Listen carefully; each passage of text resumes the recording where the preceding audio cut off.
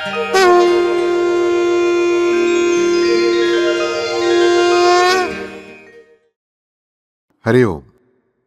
अब हम पिछले गए 3 गुरुवार से जिस नाम की उंगली थामे हुए हैं वो नाम यानी श्री कृष्ण। ओम श्री कृष्णाय नमः। हमने पहले श्री कृष्ण नाम का अर्थ खोजने का प्रयास किया। वहीं दूसरे गुरुवार को हमने अंतःकरण चतुष्टय यानी क्या, चतुर्विव्यो यानी क्या, और वो आध्यात्मिक स्तर पर ठीक है, लेकिन हमारे सीधे साधे व्यवहार में डेली हम जो लाइफ जीते हैं, जीवन जीते हैं, उस जीवन में चतुर्विव्य का परिणाम क्या होता है और उस चतुर्विव्य छेदन से, भेदन से हमें कैसे सभी सुख आनंद प्राप्त हो सकते हैं, ये हमने देखा। हमने ये सब देखते समय हमने श्री कृष्ण के जीवन की कुछ घटनाएं देखी। पर हम कोई भी संत देखें जो श्री कृष्ण के या परमेश्वर के श्री कृष्ण इस रूप से प्रेम करते हैं, तो श्री कृष्ण का उत्तरखंड कितना भी बड़ा हो तब भी सबसे पसंदीदा और प्यारा रूप होता है वो बाल श्री कृष्ण। बिल्कुल हर भक्त को, अंध सूरदास से जनाबाई तक, श्री ज्ञानेश्वर जी से तुकाराम महाराज तक, मीराबाई से बहिणाबाई तक, हर भक्त को इन श्री कृष्ण की बाल लीलाओं ने मोह लिया। ये बाल लीलाएं देखते समय हमने पिछली बार कुछ प्रश्न उपस्थित किए थे कि इन श्री कृष्ण के चरित्र को पढ़ते समय हमारे मन में ये प्रश्न उठे क्या, तो सबका उत्तर था नहीं, हमारे मन में नहीं आया। हमारे मन में बहुत बार कुछ लोगों ने ऐसी शंकाएं उपस्थित की कि परमेश्वर के चरित्र के बारे में ऐसे प्रश्न पूछना पाप है। बिल्कुल नहीं, याद रखना। यहां भगवान पर आप आरोप नहीं कर रहे हो, भगवान पर कोई कोर्ट कचहरी नहीं कर रहे हो, बल्कि भगवान का चरित्र समझते समय हम प्रयास करते हैं, तब हमारे मन में उत्पन्न हुई शंकाएं या प्रश्न ये कुशंकाएं नहीं है, या ये कोई उन पर हम आरोप नहीं कर रहे हैं, अथवा हम कहीं भी उनके देवत्व को हीन नहीं मान रहे हैं, बल्कि परमेश्वर का जो चरित्र है तो उस चरित्र से सीखने जैसा हमारे जीवन में कुछ होना चाहिए। हम हमारे जीवन में भटकते जा रहे होते हैं, जगह जगह हमें सहारा लेना पड़ता है। सहारा हम कभी हमारे मन के प्रश्न चिन्हों का लेते हैं, तो कभी हमारे आगे चलने वाले पूर्वाचार्यों की मदद का लेते हैं।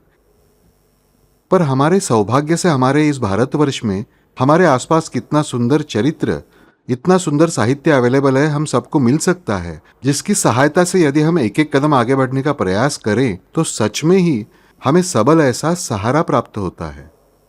अब श्री कृष्ण की इन लीलाओं में हम एक सुंदर सी बात देखते हैं बचपन की, यानी पूतना मौसी की कथा। हम सब जानते हैं कि पूतना नाम की एक राक्षसी को कंस राजा ने, मतलब कृष्ण का मामा है, भगवान का मामा होने से वो श्रेष्ठ नहीं होता, वो असुर तो असुर ही है, और यदि वो बुरा होगा तो भगवान अपने मामा का भी घात करने से पीछे नहीं हटे, ये ध्यान में रखो। फिर कोई व्यक्ति कितना भी श्रेष्ठ हो, लेकिन उसके आसपास के रिश्तेदार, मामा, चाचा, ये मौसी, बुआ श्रेष्ठ साबित नहीं होते। यहाँ श्री कृष्ण के चरित्र में पहली बात हमें ये देखनी चाहिए कि हमारे यहाँ ऐसा होता है, आंखें बंद करके कभी कुछ बातें एक्सेप्ट करते हैं, वैसा कभी नहीं हुआ। श्री कृष्ण के जीवन में पता चलता है कि उनकी माँ का सगा चचेरा भाई है। श्री कृष्ण का उससे कोई बैर नहीं है, लेकिन बुरा है इसलिए श्री कृष्ण ने उसका संहार किया। वहीं इन्हीं श्री कृष्ण ने अर्जुन से बाद में गीता में कहा कि ये तुम्हारे दादा है, ये तुम्हारे चाचा है, ये तुम्हारा चचेरा भाई है, ये न सोचते हुए वे बुरे हैं इसलिए उनका संहार अवश्य करना। हमें संहार करना चाहिए ऐसा मेरा कहना नहीं, पर बुरे को बुरा कहने की ताकत हमारे पास होनी चाहिए। वो केवल मेरा है इसलिए उसे भला कहना ये सही बात नहीं। ये जो पूतना मौसी आई है उसे कंस ने ही भेजा है श्री कृष्ण के नाश के लिए, और ये पूतना आती कैसे है, तो एक सुंदर स्त्री का रूप लेकर कृष्ण को दूध पिलाकर मारने के लिए, क्योंकि उसके स्तनों में विष होता है। अब बात यह है कि कृष्ण इसका दूध पीते पीते खून चूस लेते हैं और पूतना का देहत्याग होता है। जब ये पूतना देहत्याग करके ऊपर जाने लगती है, उसकी आत्मा या कुछ भी कहो, तो उस समय गोलोक में बैठे श्री कृष्ण या विष्णुलोक के विष्णु खड़े होते हैं और प्रणाम करते हैं। तब माता लक्ष्मी जी पास बैठी होती है, वे पूछती हैं, ये क्या भगवान, किसके लिए उठकर खड़े हुए आप? नहीं, मेरी माँ आ रही है। लक्ष्मी जी चौंक जाती है कि विष्णु की माँ, श्री कृष्ण की माँ कौन है, वे कहाँ से आ रही है? तो देखने लगती है कि पूतना राक्षसी ऊपर आती है। तो लक्ष्मी जी पूछती है, ये क्या, इसने तो तुम्हें दूध पिलाकर मारने का प्रयास किया होगा, पर उसने मुझे दूध पिलाया, उसने मुझे दूध पिलाया इसलिए वो मेरी माँ ही है। और हे लक्ष्मी, मैं तुम्हें अब इसकी पूर्व कथा सुनाता हूं कि जब मैं वामन अवतार में बलि का नाश करने के लिए उस बलि के घर पहुंचा, उसके घर गया, उसी पल बलि की एक सुंदर कन्या थी, तेजस्विनी, वो कन्या तेजस्विनी है बलि की, वही आगे पूतना हुई है। वो तेजस्विनी कन्या जिस पल वामन को आते हुए देखती है तो उसके मन में भाव उत्पन्न होता है कि कितना सुंदर बालक है ये बालक। ऐसे ही बालक मेरे यहाँ जन्म ले, ये मेरी इच्छा है परमेश्वर, उसे आप पूरा कीजिए। कि ऐसे बालक की माँ बनकर उसे स्तनपान कराना मुझे पसंद होगा। ये बड़ी भक्त है, अच्छी भक्त है, मन से भक्त है, याद रखना भगवान की। परमेश्वर उसे तथास्तु कहते हैं कि मैं तुम्हारा बालक बनूंगा, तुम मुझे दूध पिलाओगी। उसके बाद ये भगवान महाविष्णु तीसरा पैर बलि के सर पर रखकर इस बलि को पाताल में धकेलते हैं। उसी क्षण अपने पिता के दुख की वजह से दुखी हुई तेजस्विनी क्या कहती है, ये कैसा बालक, ऐसे बालक को मैं विष पिलाकर मार डालूंगी। वो भी श्री कृष्ण की भक्ति ही है। भगवान अपने भक्त की ये भी इच्छा पूरी करते हैं कि हर्ज नहीं, तुम्हारी इतनी श्रेष्ठ भक्ति है कि तुम्हारी ये इच्छा भी मैं जरूर पूरी करूंगा। और इसीलिए पूतना के रूप में कितनी असुरी इच्छा है देखो, किसी बालक को विष पिलाकर मार डालने की, मातृत्व को कलंक लगाने की यह असुरी इच्छा है। यह असुरी इच्छा भी परमेश्वर पूरी करते हैं। पर फिर भी याद रखिए, कृष्ण ये जगतगुरु तत्व हैं, सदगुरु तत्व हैं, वे उसकी हानि नहीं करते। उसकी इच्छा क्या है तो विष पिलाकर मार डालूंगी। विष पिलाने की इच्छा परमेश्वर पूरी करते हैं, पर मार डालने की इच्छा पूरी नहीं करते। मार डालने की इच्छा से उसे पाप लग सकता था। जब परमेश्वर पर पूरा विश्वास रखकर हम अपना कर्म अच्छे से शुद्धता से करने का प्रयास करते हैं, मन से लगन से हर प्रयास के आड़े आने वाली हर बात को दूर करते हैं, उसी क्षण परमेश्वर हमारी हर इच्छा पूरी करते हैं। और इतना ही नहीं, बल्कि उस इच्छा में जो बुरी बात है, जो हानिकारक बात है, हमें लंबे समय तक पाप में डाल सके, ऐसी बात परमेश्वर खुद की इच्छा से दूर करते हैं। और इतना करके भी अपनी श्रेष्ठ भक्तन को, अपने भक्त को वे मातृपद तक पहुंचाते हैं। हमारे जीवन में छोटी सी कहीं कुछ प्रतिकूलता आई, छोटी सी कहीं असफलता मिली, छोटी सी प्रॉब्लम आई, तो हम भगवान से कहते हैं, अरे भगवान आपने ऐसे कैसे किया। जैसे मानो भगवान मेरे कर्जदार हैं, भगवान को मैंने बहुत बड़ा कर्ज दिया और वो कर्ज चुकाना ही चाहिए, नहीं चुकाया तो मैं उनकी चोटी पकड़ने वाला हूं कि परमेश्वर आपने ये क्यों किया। ये मैं विचार नहीं करता परमेश्वर ने क्या क्या दिया। जन्म मिला, वो अपाहिज के रूप में जन्म नहीं मिला। जन्म मिला, वो किसी गरीब भिखारी के घर में जन्म नहीं मिला। अच्छे माता पिता ने जन्म दिया, 4 निवाले खाने को मिले, शिक्षा मिली, अच्छे घर में शादी हुई, साथी अच्छा मिला। ये सभी अच्छी मिली हुई बातों को एक क्षण में मैं भूल जाता हूं और क्या कहता हूं, भगवान ये बात कैसे हुई। जब ये बात होती है उस क्षण में पहले जिम्मेदार मानता हूं उन भगवान को। मैं ऐसा भी विचार करूंगा इसमें मेरी भी कुछ गलती होगी, उसे दूर करने के लिए मुझे क्या प्रयास करने चाहिए। इसका निधिध्यास छोड़कर मैं 10 ज्योतिषियों के पीछे दौड़ता हूं। उसके बाद मैं और 10 बाबाओं के पीछे लगता हूं। जिस औरत पर बाहरी सवारी होती है उसे मिलने जाता हूं। फिर वह औरत मुझसे कहते मुझे साड़ी लाकर दो, एक मुर्गा काटो, ये काटो। मैं सब करने के लिए तैयार रहता हूं, पर अपने हृदय में स्थित परमेश्वर की खोज करना मुझसे छूट जाता है। मुझे जो परमेश्वर ने बुद्धि दी है, मुझे जो परमेश्वर ने अब तक जानकारी दी है, उसका उपयोग करके मैं इससे बाहर कैसे निकलूं, ये प्रयास करना छोड़कर हतबल हुए जैसा हो जाता हूं। उसी क्षण परमेश्वर को पुकारिए। सिर्फ कोई बड़ा मंत्र जपने की आवश्यकता नहीं, याद रखना, कोई भी बड़ी तपस्या करने की आवश्यकता नहीं। अत्यधिक प्यार से और ईमानदारी से, केवल प्यार से, पर ईमानदारी से नहीं होगा तो उसका कोई अर्थ नहीं, याद रखना। ईमानदारी से यानी क्या, तो मैं मेरे सभी प्रयास कर रहा हूं, करता रहूंगा, और परमेश्वर अब मुझे आपके हाथ की सहायता की अपेक्षा है, बस। याद रखना, वाल्मीकि जी का उदाहरण हमारे आंखों के सामने है। उन्हें कुछ नहीं आता था, वे डाकू थे, वे पूर्ण रूप से बुरे मार्ग पर चलने वाले मनुष्य थे। लेकिन जिस क्षण उन्हें अपने कुकर्मों का एहसास हुआ और इससे मुक्त होने का मार्ग मुझे दिखाइए, ये विनती उन्होंने जब नारद जी से, सदगुरु से की, उसी क्षण में उन्हें आगे जाने का मार्ग मिला। पर एक क्षण में उन्हें भगवान नहीं मिले, याद रखना। अनेक वर्षों की उग्र तपस्या उन्हें करनी पड़ी। कुछ समय की बात हमें पता है कि तब उनके माता पिता, पत्नी, बच्चे हंसते थे कि अरे क्या पागल जैसे बैठा है, कुछ खाता नहीं पीता नहीं। उनके सामने आकर जानबूझकर उनके बच्चे खाते थे। वाल्याकुड़े हार नहीं मानते, और फिर भी तब वे जाप कौन सा करते, उन्हें राम राम कहना नहीं आता, वे मरा मरा कहते हैं। पर फिर भी उनके लिए राम जी को आना पड़ता है। कैसे, तो स्वयं का अवतार लेने से पहले तो वाल्मीकि, वाल्या कोड़ी के वाल्मीकि जी बन चुके हैं, वो राम जी के जन्म लेने से बहुत पहले, तो उन्हें अवतार भी नहीं लिया है। ऐसे परमेश्वरी तत्व को अपने भक्त के प्रामाणिक प्रयास को हाँ कहना ही पड़ता है। तो ये दृढ़ विश्वास हमारे मन में होना चाहिए। सिर्फ मुंह से हम कहते हैं कि मजला आवड़ो अथवा ना आवड़ो, तुझे इच्छीसी तेची घड़ो, हेची मागता ना अवघड़ो जीभ माजी। सिर्फ मुंह से कहकर उपयोग नहीं, उसे अपने जीवन में रखना चाहिए कि ये जो बात मैं करने का प्रयास करता हूँ ये नीतिमान है, ये अच्छे मार्ग की है, ये परमेश्वरी मार्ग की है, तो परमेश्वर मेरा साथ जरूर देंगे। क्योंकि हमें हर किसी को पता होता है कि परमेश्वर को क्या पसंद है और परमेश्वर को क्या पसंद नहीं है। हमें यह पता होता है कि सत्यनारायण को मीठा शीरा पसंद है, हमें यह भी पता होता है कि गणपति जी को दूध पसंद है, लेकिन उसके अलावा यह पता होना चाहिए कि परमेश्वरी तत्व को प्रिय है ईमानदारी, तुम्हारी कर्म रसता, तुम्हारे माता पिता जैसे व्यक्तियों के प्रति तुम्हारा होने वाला प्यार, और समाज ने जो जिम्मेदारी तुम्हें सौंपी है उसे तुम कितना निभाते हो।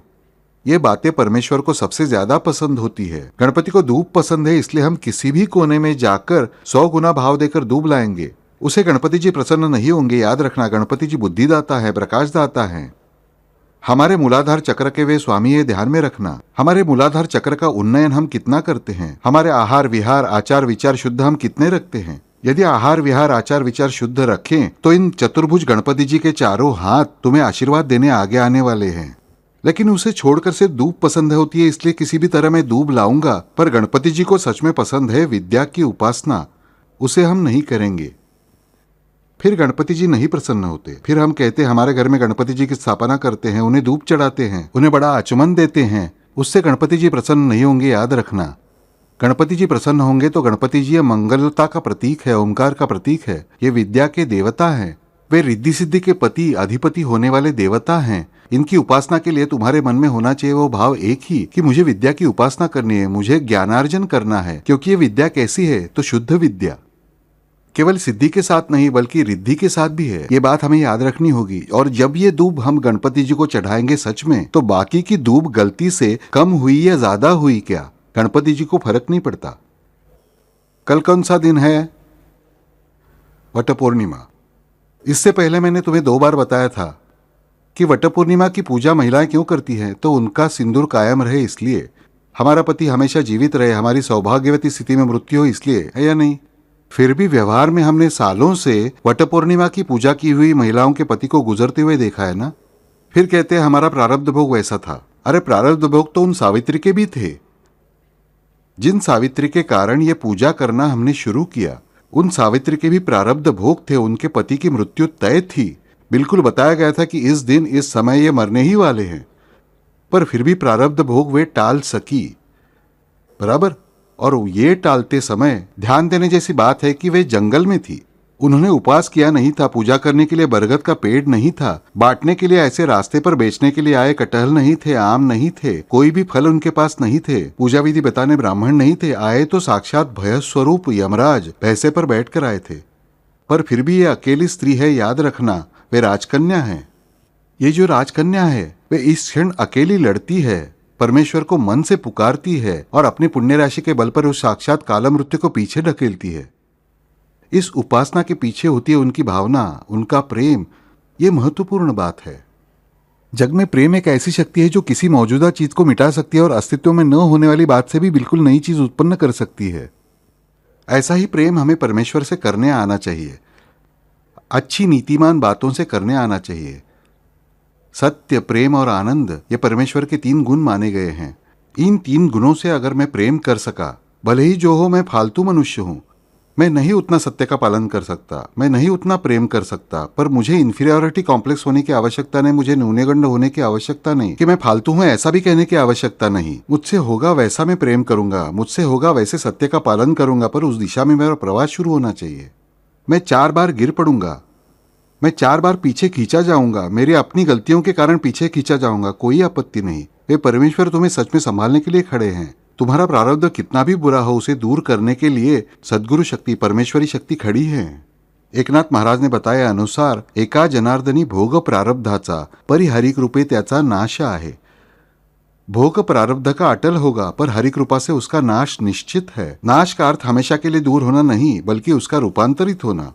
जो अटल भोग है वो भी दूर हो सकता है, अटल हो सकता है। आज हम अनेक विकलांग देखते हैं कि जिनके आंखें नहीं हैं, पर आंखें न होने से उनका काम रुकता है क्या? वे भीख मांगते रहते हैं क्या? नहीं, अपने हाथों का उपयोग कर पढ़ना सीखते हैं। लाठी हाथ में पकड़कर बजाते बजाते कहीं भी चलकर जा सकते हैं। न होने वाली बातों का ठीक से उपयोग करने के लिए दूसरी बातें मदद करती हैं, तो वैसा उपयोग हम क्यों नहीं करते? उनका प्रारब्ध अटल है, वे ब्लाइंड है, वे ब्लाइंड ही रहने वाले हैं। पर फिर भी मैं ब्लाइंड हूं इसलिए जहां है वहीं बैठे हुए उन लोगों को हम देखते हैं क्या? नहीं, उल्टा बहुत ही लगन से उन्हें काम करते हुए देखते हैं। कितना बुरा प्रारब्ध है मुझे बताइए, जन्म से ही अंधत्व होना, या उम्र के 20-25 में अंधत्व आना। जन्म से जो ब्लाइंड है उसे कुछ भी पता नहीं है, पर जिसने पूरी दुनिया का अनुभव किया है, ऐसा व्यक्ति जब 25-30 साल की उम्र में ब्लाइंड होता होगा तब कितना दुख उत्पन्न होता होगा मुझे बताइए। पर फिर भी उस प्रारब्ध से बाहर निकलने का सफल प्रयास वे लोग करते रहते हैं, किताबें पढ़ते हैं, एमए होते हैं। हमने हाल ही में पढ़ा होगा कि आज 2 लड़कियां पीएचडी कर रही हैं, ब्रेल लिपि में सीखी हुई लड़कियां।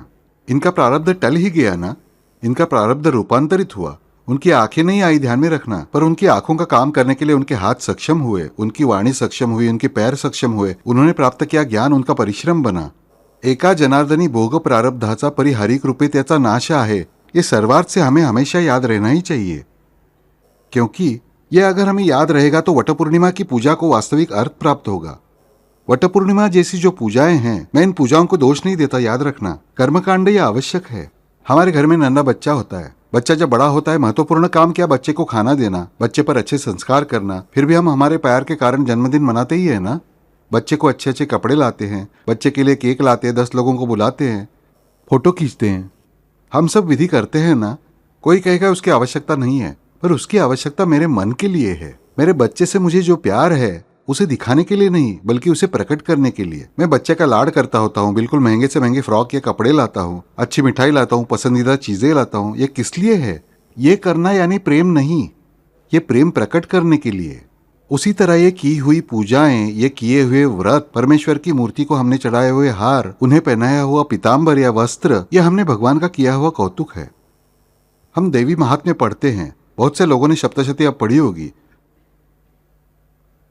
उसमें स्पष्ट शब्दों में बताया गया है कि पूरा रफार, मात्रा सबका ठीक से पालन किया गया, संस्कृत के उच्चारण बिल्कुल सुंदर रूप से किए गए। फिर भी यदि उसके मन में भाव नहीं होगा तो इस सप्तशती को पढ़ने का उसे पुण्य नहीं मिलेगा। ये सबसे महान ग्रंथ माना जाता है, वो ग्रंथ तुम्हें वही बताता है। तो इसी तरह से हमें सीखना यही है कि इस श्री कृष्ण की कथा से कि हमें यदि अच्छा काम करने की इच्छा है, हमारे जीवन में आनंद पाने की इच्छा है, तो वो आनंद सिर्फ हमें कहाँ मिल पाएगा कि जो आनंद का भंडार है उन्हीं के पास। सीधी सी बात है, हमें यदि कोई वस्तु खरीदनी है तो हम कौन सी दुकान में जाएंगे? जिस दुकान में वो वस्तु मिलती है उसमें। चावल खरीदने हैं तो हम कपड़ों की दुकान में नहीं जाएंगे, जहां चावल मिलते हैं उसी दुकान में जाना चाहिए। यदि हमारे जीवन में आनंद लाना है, जहां आनंद मिलता है ऐसी ही जगह जाना चाहिए। जहां दुख मिलता है उस दुकान में जाकर दुख खरीद कर चलेगा क्या? नहीं चलेगा। फिर आनंद प्राप्ति का डेफिनेट स्थान, 100% स्थान है परमेश्वरी तत्व, और परमेश्वर की दुकान में जाने का एकमात्र मार्ग है जो 3 परमेश्वरी गुणधर्म है, सत्य, प्रेम और आनंद। तो इन 3 मार्गों से ही हमें परमेश्वर की ओर जाना है, ध्यान में रखना। अब आप कहोगे आनंद की ओर जाना है तो आनंद के मार्ग से जाएं कैसे? तो एक सुंदर वाक्य है इंग्लिश में, happiness is not at the end of the road but happiness is along the road. कोई बात पूरी हुई तो ही मुझे आनंद मिला, ये गलत होता है वहां, अर्थात मेरी सहजता चली गई। मैं काम करते समय मैं भागदौड़ करके काम करता हूं, वो मिलने तक उसका फल जब मिलता है मैं थक चुका होता हूं। मैं एक जगह पर बैठा रहता हूं, उसका आनंद मैं ले ही नहीं सकता। तो किस लिए किससे स्पर्धा करें? मेरे पड़ोसी के घर गाड़ी आने दो, आई तो क्या हुआ? क्यों पति से कहकर गलत रास्ते से पैसे कमाए? नहीं, कोई जरूरत नहीं। किस लिए पेट मारकर मैं सब्जी रोटी खाकर पैसा कमाकर गाड़ी खरीदूं? कोई आवश्यकता नहीं। जब मैं गाड़ी खरीदूंगा वो खुशी से मुझे वाहन के रूप में उपयोगी होगी। मैं दौड़ भाग करके किसी भी रास्ते से गाड़ी खरीदूंगा तब तक मैं इतना थक चुका रहूंगा कि उस गाड़ी में बैठने के बाद खुशी नहीं होगी, क्योंकि तब तक किसी पड़ोसी ने दूसरी गाड़ी खरीदी होगी। तो मैं फिर से दुखी होऊंगा, मेरे पास एक ही गाड़ी है। उसकी अपेक्षा चलने के मार्ग पर मुझे आनंद मिलना चाहिए, और ये आनंद बहुत महत्वपूर्ण है। ध्यान में रखो कि चलते समय प्राप्त होने वाला आनंद और चलने के बाद जहां पहुंचना है वहां प्राप्त होने वाला आनंद, ये 2 बातें अलग नहीं है। जिसे जहां जाना है उस स्थान तक के प्रवास में आनंद नहीं मिलता, उस स्थान पर पहुंचने के बाद मिलने वाला आनंद कभी नहीं मिलता। इसलिए परमेश्वर तक जाने का जो मार्ग है वो सत्य और प्रेम, और उस मार्ग पर हर क्षण मिलने वाला आनंद आपको परमेश्वर से आनंद दिला सकता है। अब ये कैसी बात है, जाते समय भी आनंद, वहां भी आनंद। हम हमेशा एक श्लोक कहते हैं, ओम पूर्णमदः पूर्णमिदं पूर्णात् पूर्णमुदच्यते पूर्णस्य पूर्णमादाय पूर्णमेवावशिष्यते। हमें कुछ समझ में नहीं आता, बराबर। ब्रह्म, सत्य, जगत, मिथ्या, माया वाया, ये बातें हमें नहीं समझ में आएगी, मुझे नहीं समझती, और वो समझकर हमें बहुत फायदा होगा ऐसा भी मुझे नहीं लगता। हम सीधे साधे लोग हैं। महत्वपूर्ण बात यहाँ हम ज्ञानेश्वर जी ने बताया अनुसार ध्यान में रखनी है कि एक माँ है, उसके पेट में बच्चा बढ़ रहा है।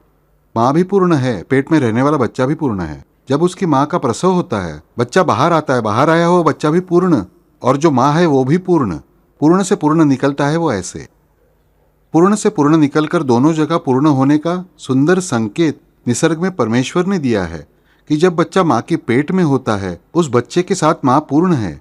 बच्चा जब माँ के पेट से बाहर निकलता है, वो बच्चा भी पूर्ण है और माँ भी पूर्ण है। परमेश्वर प्राप्ति का आनंद ऐसा होता है, पर उसके लिए आवश्यकता होती है दो तत्वों की, पुरुष और प्रकृति के मिलन की, यानी सत्य और प्रेम के मिलन की। वो अत्यंत आवश्यक बात है कि ये दो बातों को जब मैं हृदय में पकड़ कर रखता हूँ दृढ़ता से, और फिर टेढ़ा मेढ़ा भगवान का नाम लेता हूँ, तब मेरे हर रास्ते पर आनंद ही आनंद होता है। मुझे कहीं भी ठोकर खाकर गिरना नहीं पड़ता, मुझे गलत मार्ग से जाने का डर नहीं रहता। और पूतना की कथा से हम सीखते हैं यही बात। पूतना ने अपरंपार प्रेम किया श्री कृष्ण के वामन रूप से, माँ की ममता से प्रेम किया। आगे उसने गलती भी की। गलती यानी क्या? उसके पिता को मार रहा था वो मनुष्य, उसके लिए उसे बुरा लगना स्वाभाविक है। श्री कृष्ण को उसके प्रति कोई गुस्सा नहीं है। देखो, उसके कर्म के अनुसार उसे भोग प्राप्त हुआ। वो राक्षस कुल में जन्मी क्योंकि उसकी वृत्ति आसुरी थी, क्योंकि पूरी तरह से वामन का बलि के साथ संवाद हुआ है। वो संवाद सुनने के बाद भी वो ऐसा कहती है। कोई भी संवाद न होकर यदि वामन आते ही बलि की छाती में खंजर घोपा होता, यदि जमीन में गाड़ दिया होता तो बात अलग थी। पूरी तरह से वामन और बलि में संवाद होता है। उस संवाद में बलि को वामन स्पष्ट रूप से सभी बातों की कल्पना देते हैं, और इतना सुनने के बाद भी उसके मन में यह भावना उत्पन्न होती है कि नहीं, मुझे इसे मार डालना है। पर वो इच्छा भी परमेश्वर पूरी करते हैं, पर उसे पूरी करते समय भी उसका बुरा वे नहीं करते। ये महत्वपूर्ण बात हमें ध्यान में रखनी चाहिए कि हम जब भक्ति करते हैं, किसी भी बात की भक्ति किए बिना वो बात प्राप्त नहीं होती। सादी सी बात ध्यान में रखना, चित्रकला है, उस चित्रकला की मुझे भक्ति करनी पड़ती है। मुझे चित्र निकालने का प्रयास करना पड़ता है, अभ्यास करना पड़ता है। वो भक्ति मेरे हृदय में उत्पन्न होनी चाहिए, तब मुझे आसपास चित्र बनाने जैसी बातें दिखती हैं। वैसे औरों ने निकाले हुए चित्र में देखता हूँ, उनका अनुकरण करने का प्रयास करता हूँ, मुझमें रुचि उत्पन्न होती है, धुन सवार होती है चित्र बनाने की, और तब मेरी चित्रकला अधिक से अधिक प्रगतिमान होती जाती है। सामान्य व्यवहार की कलाएं सीखते समय भी केवल ज्ञानार्जन की इच्छा होना आवश्यक नहीं, उपयोगी नहीं होती, बल्कि उसके लिए भक्ति होनी ही चाहिए। माता पिता जबरदस्ती से चित्रकला की परीक्षा में बच्चों को बिठाते हैं। बच्चे चित्र बनाना सीखते हैं, पर वे निर्जीव चित्र, उनमें जान नहीं होती, और एक विशिष्ट समय के बाद उस चित्रकला की प्रगति रुक जाती है। जब अपने मन से बच्चा चित्र निकालने का प्रयास करता है, टेढ़ा मेढ़ा कैसा भी हो चित्र बना के आगे बढ़ता है, तब वो महान चित्रकार बनता है। कला परमेश्वरी देन जरूर होती है, पर उस कला का उत्कर्ष करना मानव पर ही निर्भर करता है। तो ये जो श्री कृष्ण की भक्ति है, ये जो श्री कृष्ण का तत्व हम उसके बचपन में उनकी लीलाओं में देखते हैं, इसलिए हर संत को आकर्षण होता है श्री कृष्ण की बाल लीलाओं का। ये बाल लीला यानी छोटे बच्चे ने किए हुए छोटे से बोल नहीं है, एक पूर्णावतार की ये बाल लीला है। ये परमेश्वर की लीला है, ये परमेश्वर का कर्म नहीं है। हम हमेशा कर्म करते रहते हैं, वहीं परमेश्वर जग को चलाते हैं लीला के तौर पर, एक खेल के तौर पर। हमारे जीवन को यदि लीला के रूप में देखें, एक आनंददायक खेल के रूप में देखें, तो हमारी स्पर्धा समाप्त होगी, एक दूसरे का गला दबाने की वृत्ति रुकेगी। छोटे बच्चे कैसे आपस में झगड़ते हैं और फिर आधे घंटे बाद एक साथ आते और प्यार से खेलने लगते हैं। यदि हम हमारे जीवन में ऐसा ही व्यवहार करें तो लीला हमारे जीवन में उतर सकती है। हमने पिछली बार एक बात देखी कि पेंद्या परमेश्वर से सबसे करीबी क्यों हुआ। पेंद्या कैसा था? तो एक हाथ टूटा हुआ था, एक पैर लंगड़ा था, जीभ तुतलाती थी, पर वो कृष्ण को सबसे प्यारा था। क्यों? तो खुद के अपंगत्व को भी उसने अत्यंत प्यार से इतराया, इसलिए कोई भी शिकायत न करते हुए श्री कृष्ण की रास क्रीड़ा में, नृत्य में वो प्यार से शामिल हुआ। इसलिए वैसा नृत्य मुझे करने आना चाहिए, वैसे मुझे आनंद से भर भर कर जीवन जीने आना चाहिए और दूसरों को आनंद देने की मेरी तैयारी होनी चाहिए। देखिए, श्री कृष्ण की हर लीला कैसी है, तो दूसरों को आनंद देने के लिए। वो छोटा बालक भी, उसे पूर्ण ज्ञात है कि वो कौन है, पर वो कभी भी अतिमानवीय व्यवहार नहीं करता अपनी माँ के साथ। जब यशोदा मैया उनके पीछे दौड़ती है, उनका मार खाते, उनसे बंधवा लेते हैं, उन्हें माँ कहकर ब्रह्मांड के दर्शन कराते हैं, फिर भी मैंने कहाँ कुछ किया। वे आनंद दे रहे हैं, देखिए हरेक को। और वो जो हरेक को आनंद देने का प्रयास करता है, वो मूर्तिमंत आनंद स्वरूप बन जाता है। हम जब दूसरों को आनंद देने का प्रयास करते हैं ना, तब वही आनंद दुगनी तिगनी गति से हमारे पास लौट आता है। और जो लौटा हुआ आनंद है, वो सच में बहुत सुंदर होता है। बहनाबाई ने उनके अभंग में बताया अनुसार मैं जब स्वयं के लिए प्रार्थना करता हूँ, मेरे खुद के लिए प्रार्थना करता हूँ, उस परमेश्वर तक पहुंचने के लिए उस प्रार्थना को 5 कोशों से जाना पड़ता है। पर मैं जब दूसरों के लिए प्रार्थना करता हूँ तब वो किसी भी कोश के बिना डायरेक्टली परमेश्वर तक जाती है, वो जल्दी सफल होती है। और इसीलिए परमेश्वर प्रसन्न होते केवल उस मनुष्य से नहीं बल्कि तुमसे भी। हमारी सर्वश्रेष्ठ प्रार्थना कौन सी है? सर्वे सुखिना संतु, सर्वे संतु निरामया। मैं अपने लिए नहीं मांग रहा हूँ, सब सुखी हूँ, सब रोग मुक्त हों, यही मेरी इच्छा है। ये आनंद की प्रार्थना है, ये आनंद देने वाली प्रार्थना है। ये परमेश्वर तक शीघ्र जाकर पहुंचती है क्योंकि तुम्हारे प्रारब्ध से उसे जाना नहीं है। उसका मार्ग तुम्हारे 5 कोशों में से नहीं है, वो सीधे सीधे परमेश्वर की ओर जाने वाला मार्ग है। और जिस क्षण ये प्रार्थना करना हम सीखेंगे उसी क्षण श्री कृष्ण की एक एक लीला का अर्थ हमारे हृदय में स्पष्ट होता जाएगा। अब श्री कृष्ण के हमने दूसरी पिछली बार एक लीला देखी यमुना किनारे होने वाली कालिया मर्दन की। उसके बाद की एक श्री कृष्ण की लीला है। राधा जी का जो पति है वो राधा जी का पति कैसा है? तो वो उनसे झगड़ता है, उसे श्री कृष्ण से बिल्कुल भी प्रेम नहीं है, वो श्री कृष्ण के विरोध में ही खड़ा है, वो कंस का गुप्तचर है, वो राधा जी को मारता पीटता है, राधा जी को बांधकर रखता है। राधा जी को उससे कोई भी दुख नहीं है क्योंकि उनकी कन्हैया उन्हें आकर मिलते रहते हैं, छिपकर आकर मिलते रहते हैं, कहीं ना कहीं उनसे मिलते हैं। राधा जी प्रेमिका नहीं है श्री कृष्ण की, ध्यान दो। राधा जी ये कृष्ण की प्रेम गुरु है। 8 वर्ष के बालक का 31 वर्ष की स्त्री से रिश्ता प्रेमी प्रेमिका का हो ही नहीं सकता, वो प्रेम गुरु का रिश्ता है। सारी दुनिया से प्रेम करना सिखाया वे राधा जी है। तो राधा जी कैसी हैं? उस नाम में एक अलौकिकत्व है। देखो, राधा जी का वर्णन करने वाले हम जिन भी संतों को देखते हैं तब ध्यान में आता है कि राधा जी का हर बार उल्लेख करते समय ये उल्टी धारा है। राधा धारा, जब हमारे जीवन की धारा जो अधोगति की ओर जाने वाली होती है उसे हम उल्टी दिशा में मोड़ते हैं, वो उल्टी मोड़ी हुई धारा यानी राधा है।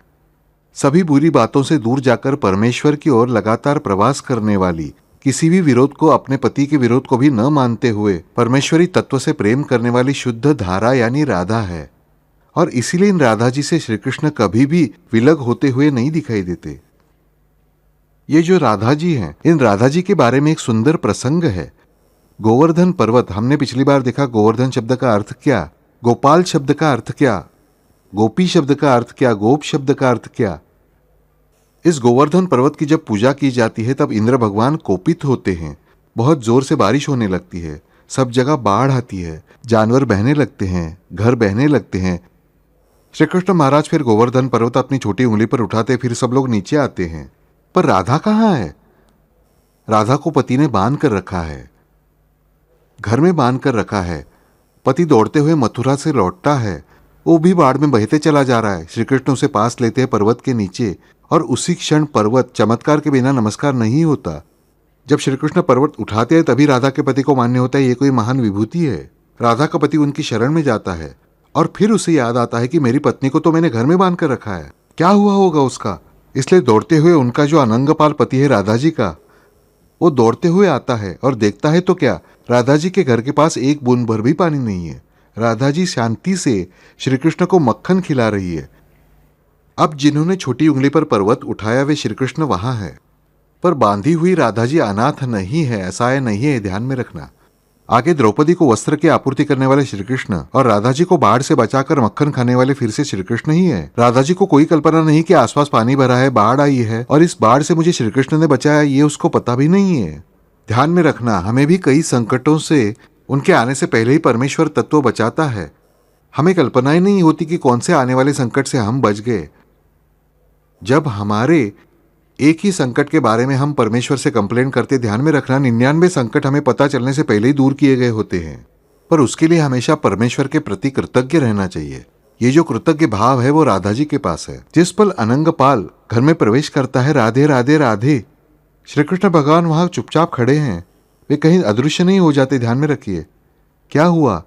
राधा जी डर गई हैं कि मुझे बांध कर रखा था। श्री कृष्ण भी डरने का नाटक करते हैं कि अब मैंने राधा जी को छुड़ा इसलिए अनंगपाल मारेंगे। अनंगपाल राधा को प्यार से गले लगाते पहली बार जीवन में और कहते हैं, अरे तुम्हें किसने छुड़ाया, सब जगह बहुत बड़ी बाढ़ आई है, सब कुछ बह रहा है, तुम बच गई राधा। बहुत आनंद हुआ उन्हें, उसमें अन्य कोई भावना भी नहीं है। वो श्री कृष्ण के देवत्व को भी भूल जाते हैं। इन श्री कृष्ण को मैंने वहां देखा, इन श्री कृष्ण को मैंने यहाँ देखा, इन श्री कृष्ण ने गोवर्धन उठाया, उसे कुछ भी याद नहीं है। सच्चा प्रेम प्रकट हुआ, उसी क्षण परमेश्वर उन पर प्रसन्न हुए, याद रखो। पुंडलिक से मिलने परब्रह्म विट्ठल कब आए? माता पिता के प्यार से पैर दबाते समय साक्षात विट्ठल आकर खड़े हो गए। उनसे कहा, ये लो इष्टिका और इस पर खड़े हो जाइए। पर माता पिता के पैर दबाना रोका नहीं। परमेश्वर प्रेम के भूखे हैं। माता पिता से प्रेम करने का प्रयास किया तो वो परमेश्वर तक पहुंचता ही है। और श्री कृष्ण की बाल लीलाओं में ही नहीं बल्कि उत्तरखंड में भी आखिर तक दिखता है इन श्री कृष्ण ने किया हुआ प्रेम। किसी भी अवतार में इतना प्रेम बहते हुए नहीं दिखाई देता, उतना इन श्री कृष्ण की सभी शरारतों में, सभी चालाकियों में, सभी भावों में, हर एक बात में दिखाई देता है। कृष्ण चरित्र ये प्रेम चरित्र है। इसीलिए सबसे ज्यादा कविताएं कृष्ण पर लिखी गई। सबसे ज्यादा बेभान होकर नृत्य करना इन श्री कृष्ण के रूप में हुआ। मीराबाई दीवानी हुई हमने देखा। बहनाबाई को गाते नाचते गौशाला में गोबर में फंसा हुआ हमने देखा। इन सावले विट्ठल के रूपों में अपने कलेजे के टुकड़े को पैरों के नीचे कुचलते हुए होश खो चुके गोरोमा कुमार को हमने देखा। फांसी दी जा रही जनाबाई को हमने देखा। तो एक ही बात ध्यान में आती है कि इन सावले श्री कृष्ण का प्यार अपरंपार है। उन्होंने अपने भक्तों से किया हुआ प्रेम, उन्होंने द्रौपदी से किया हुआ प्रेम, उन्होंने अपनी मां से किया हुआ प्रेम, उन्होंने अपने दुश्मनों से किया हुआ प्रेम भी कितना सुंदर है, ध्यान में रखना। श्री कृष्ण का चरित्र प्रेम स्वरूप है। वो प्रेम हमें सीखना चाहिए, वो प्रेम हमारे जीवन में उतरना चाहिए। प्रेम भी हम बच्चों से क्यों करते हैं? तो ये बच्चे आगे चलकर हमारी इच्छाएं पूरी करेंगे, इसलिए। आगे चलकर बच्चे ये न कहे कि बाप ने कुछ किया नहीं। ये विचार करके जिस क्षण तुम बच्चों के लिए कुछ करते हो तो बच्चे तुम्हें जरूर अनाथ आश्रम में रखेंगे बड़े होने के बाद। 100% वृद्धाश्रम बिल्कुल भरे भरे हुए हैं। उसमें केवल बच्चों की गलती नहीं है, माता पिता की भी उतनी गलती होनी चाहिए, ध्यान में रखना। हम भी केवल कैलकुलेटिव दृष्टि से यदि बच्चों की तरफ देखने वाले हैं कि ये बच्चे मेरी आगे चलकर इच्छाएं पूरी करेंगे, ये क्यों पढ़ाई करें तो मेरी नाक ऊपर रहे इसलिए, मेरे बेटे का नंबर पहला आया, मेरे बेटे का नंबर पहला आया, और वो जाकर बताती किसे जिसका लड़का फेल हुआ है उसे, वहां समझना चाहिए कि भगवान मुझसे दूर गए। मेरे बच्चे को भी मैं क्या सिखा रहा हूं? मत्सर करना सिखा रहा हूं, लोगों को शर्मिंदा करना सिखा रहा हूं, और उसी तरह शर्मिंदा एक दिन बेटा मुझे करने वाला है। क्या बूढ़े क्या करता है दिन भर घर में बैठे, जरा बाहर जाओ। ध्यान में रखो, क्योंकि शर्मिंदा करना उसे मैंने ही सिखाया। जिसमें कमी है, जो दुर्बल है, जो अपाहिज है, उसकी तरफ फालतू दृष्टि से देखना मैंने उसे सिखाया है। और इसीलिए जब मैं बूढ़ा होने वाला हूं, मैं अपाहिज होने वाला हूं, मैं द्रव्यहीन होने वाला हूं, तब वही शर्मिंदा किया जाना मेरे नसीब में भी आने वाला है। वे बीज मैंने बोए होते हैं, बोओगे वैसा उगेगा, वो सब वहां है। भगवान श्री कृष्ण अपने दोनों माता पिताओं की सेवा करते हुए दिखते हैं, उग्रसेन की सेवा करते हुए दिखते हैं, अपने मित्र से, सखा से अपरंपार प्यार करते हुए दिखते हैं, हर किसी के उत्कर्ष के लिए प्रयास कर रहे दिखाई देते हैं। भीष्म को स्वयं झुककर प्रणाम करते हैं। भीष्म उन्हें हे केशव कहकर प्रणाम करते हैं। फिर भी अवतार धारण करने के बाद मैं परमेश्वर हूं ऐसा कहीं भी अहम भाव न रखते हुए वे भीष्म को प्रणाम करते हैं अत्यंत प्यार से, और कहते हैं कि इस पूरे विश्व में प्रणाम करने योग्य पैर भीष्म महाराज सिर्फ आपके हैं। गांधारी जब श्राप देती है कि कृष्ण तुम्हारा जिस तरह तुमने मेरे कुल का क्षय किया उसी तरह तुम्हारे भी कुल का क्षय होगा, सारा संहार होगा तुम्हारे कुल का, तब कृष्ण हाथ जोड़ते हैं, हंसते हैं और कहते हैं माता यह अटल है, ये जो अटल है वो तुम्हारे जैसे कि श्राप से हो, ये मेरा कितना बड़ा सौभाग्य मां। कारण क्यों? तो गांधारी हर्ट हुई होती है, गांधारी को दुख हुआ होता है कि इन केशव को मैंने ऐसा श्राप दिया। उसी क्षण उन्हें समझाने के लिए श्री कृष्ण उनसे कहते हैं माता हे गांधारी, ये सत्यव्रती, ये श्राप अटल है, ये नाश होना ही है, और फिर अन्य किसी का श्राप मुझे लग सकता है। हम कहते हैं ना कौवे के श्राप से गाय नहीं मरती, भगवान श्री कृष्ण को श्राप देगा कौन? तो पूरी तरह से सत्यप्रियता स्वीकार चुकी गांधारी को उशाप वे देते हैं, गांधारी को समझाते हैं क्योंकि उनसे प्रेम है, अपरंपार प्रेम है उन गांधारी से भी। वे भक्त हैं, वे श्रेष्ठ हैं। विदुर के घर ये श्री कृष्ण जाते हैं, दुर्योधन के घर का आतिथ्य स्वीकार करने रुकते नहीं। विदुर की पत्नी का नाम सुंदर है, पार्सवी। पार्सवी कितना प्यारा नाम है मुझे बताइए, और उतनी ही प्यारी स्त्री है ये। उनका उल्लेख जब जब महाभारत में आता है बिल्कुल गिने चुने स्थानों पर सुंदरता से आता है, और लोक कथाओं में पार्सवी के बारे में इतनी अच्छी बातें दी हैं। उनमें से एक कथा मैंने पहले बताई थी, वही सुनते हैं कि ये कृष्ण भगवान अचानक जाते हैं विदुर जी के घर, वे घर पर नहीं है। पार्सवी को दासी बताती है रानी साहब देखिए भगवान श्री कृष्ण आए हैं। छज्जे से दौड़ते दौड़ते वे नीचे आती है, श्री कृष्ण को प्रणाम करने की सुध तक उन्हें नहीं है। वे कहते हैं माता मुझे भूख लगी है, कुछ खाने को दो। उन्हें सूझता नहीं, किसी तरह अंदर जाती है और मिलते हैं, वो केले हाथ में लेकर बाहर आती है। श्री कृष्ण कहते हैं माता अपने हाथ से मुझे केला खिलाइए। कितना प्यार है देखिए श्री कृष्ण का। पार्सवी की समझ में नहीं आता, वे केला छिलती है और केला फेंक देती है और छिलका श्री कृष्ण के हाथ में देती है। श्री कृष्ण वे केले के छिलके खाते रहते हैं। उतने में विदुर जी आते हैं और कहते हैं, अरे पार्श्वी तुमने ये क्या किया री? अरे अपने भगवान को तुमने क्या दिया? पार्श्वी देखती है, कहती है, मैंने तो केले ही दिए हैं, वे छिलके यहाँ हैं। अब विदुर जी चौंक जाते हैं। भीतर आने पर उन्होंने देखा क्या कि पार्श्वी छिलके देती है और श्री कृष्ण केले न खाकर छिलके खा रहे हैं और केलों का ढेर नीचे गिरा है। पर जिस क्षण पार्श्वी देखती है उन्होंने केले ही दिए हैं श्री कृष्ण को, छिलके नीचे गिरे हुए हैं। अपने भक्तों का ध्यान रखने के लिए परमेश्वर कितने समर्थ है देखिए। श्री राम की शबरी के बेर हों या पार्श्वी के केले के छिलके हों, उन्हें खाने के लिए भगवान समर्थ हैं। अपने भक्तों ने दिया हुआ, भक्तों के लिए उत्पन्न किया हुआ विष पीकर पूरी दुनिया को तारने के लिए शिवशंकर समर्थ हैं। शंकर जी और श्री कृष्ण अलग नहीं है, हरि हर और ब्रह्मा अलग नहीं है। जो रूप हमें पसंद है, जो रूप मुझे भाता है, वही सच्चा परमेश्वर का रूप। जो मुझे पसंद है वही रूप मेरा है। सर्वदेव नमस्कारम केशवम प्रतिगच्छति। शव से परे होने वाले इन केशव को हर रूप ये एक ही है। वो रूप तुम्हें उंगली पकड़कर वहां ले जाएगा, ध्यान में रखना। मुझे इस भगवान से लाभ नहीं, उस भगवान से लाभ नहीं, हमारे यही भगवान, ऐसी जिद मत करो।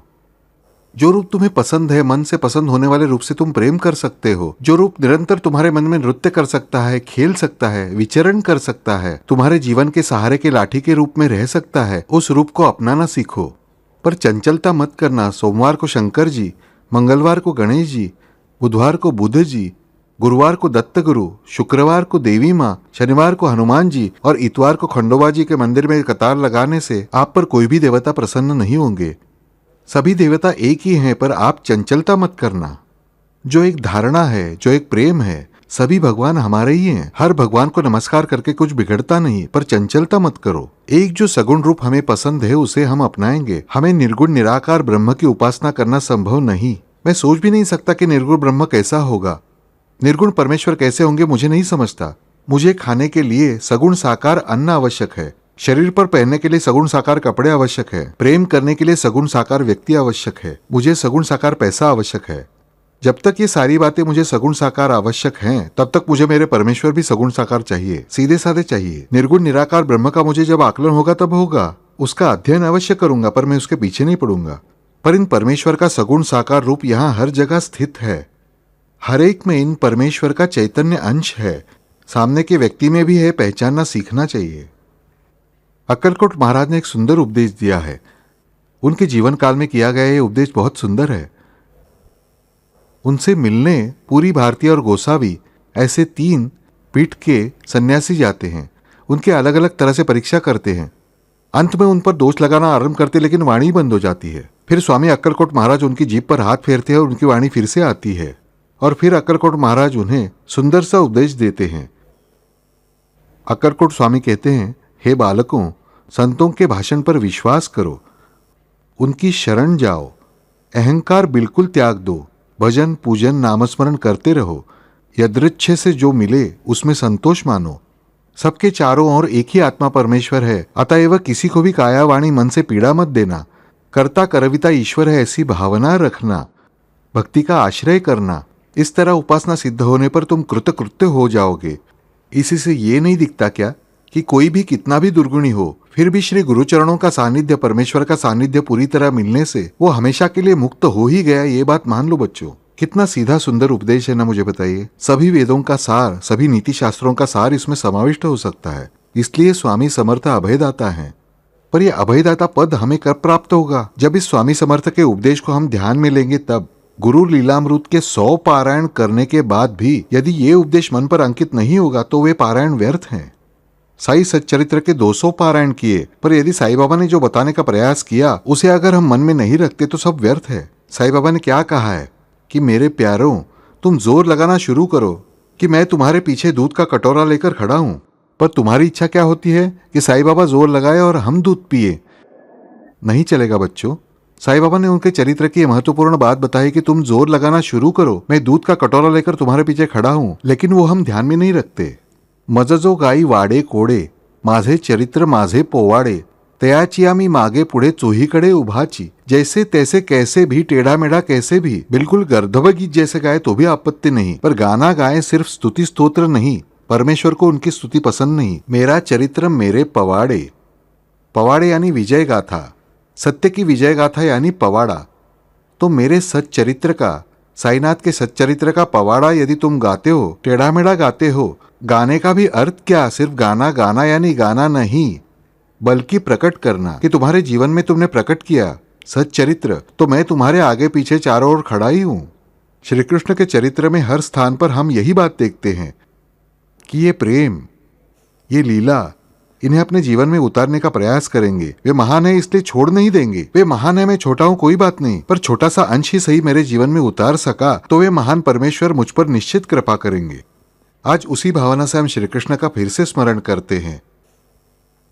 पर आज हम हमेशा की तरह केवल श्री कृष्णाय नमः न कहते हुए पिछली बार जैसे हमने अंतःकरण चतुष्टय की प्रार्थना की, तो आज हम प्रार्थना करेंगे इन गोपाल की, इन बाल गोपाल की। इसलिए हम आज परमेश्वर का आह्वान करते हैं, ओम श्री बाल गोपालाय नमः 5 बार। ओम श्री बाल गोपालाय नमः। ओम श्री बाल गोपालाय नमः। ओम श्री बाल गोपालाय नमः। ओम श्री बाल गोपालाय नमः। ओम श्री बाल गोपालाय नमः। हरि ओम।